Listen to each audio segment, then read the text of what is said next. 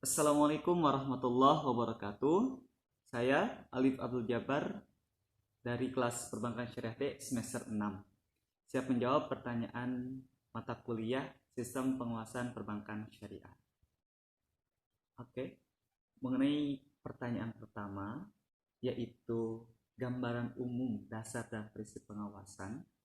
Saya pertama mengutip pendapat dari Susjamto dalam Harahap bahwa pengertian pengawasan adalah sebagai segala usaha dan kegiatan untuk mengetahui dan menilai kenyataan yang sebenarnya mengenai pelaksanaan tugas dan kegiatan apakah sesuai semestinya atau tidak.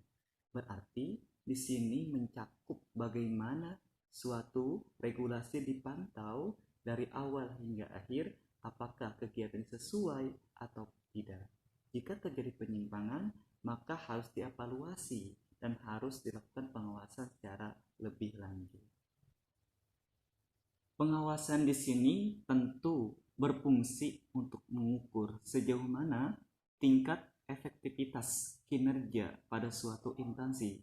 Jika pengawasan ini dilakukan pada lembaga keuangan bank, maka tujuan pengawasan ini adalah mengukur sejauh mana tingkat efektivitas kinerja bank itu sendiri.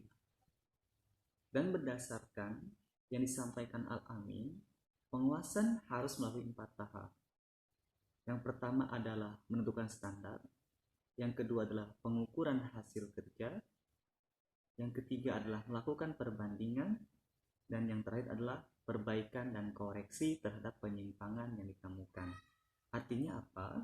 Bahwa pengawasan di sini mempunyai tujuan akhir agar bisa melakukan evaluasi terhadap kinerja yang telah dilakukan.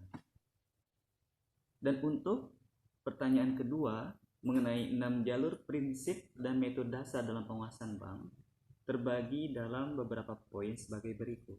Yang pertama adalah pengaturan atau regulasi, yang kedua adalah pengawasan tidak langsung, yang ketiga adalah pengawasan langsung atau pemeriksaan, yang keempat adalah kontak dan komunikasi teratur dengan bank. Yang kelima, tindak remedial atau penerapan sanksi.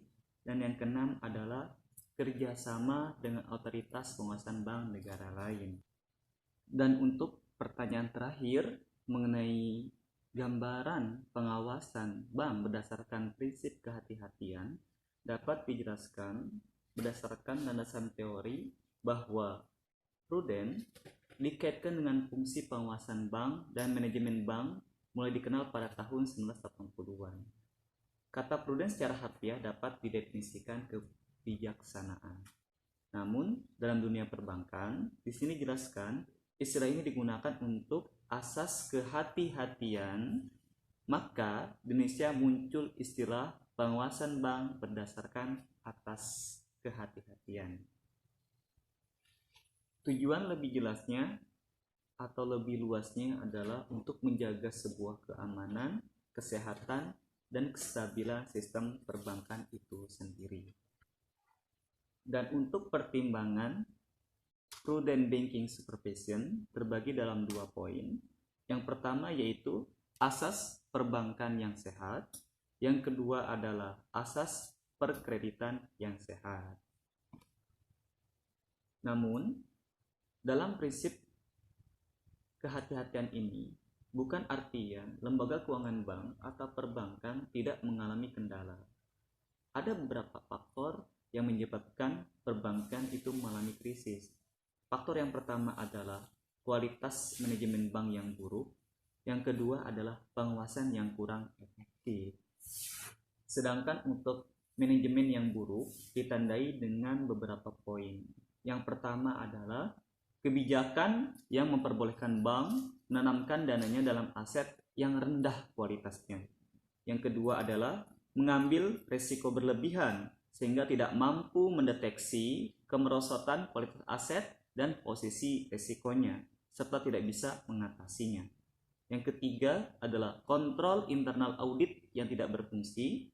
Yang keempat adalah penilaian aset yang tidak realistis. Dan yang terakhir adalah termasuk dalam melakukan klasifikasi kualitas pembiayaan serta tidak adanya transparansi kegiatan.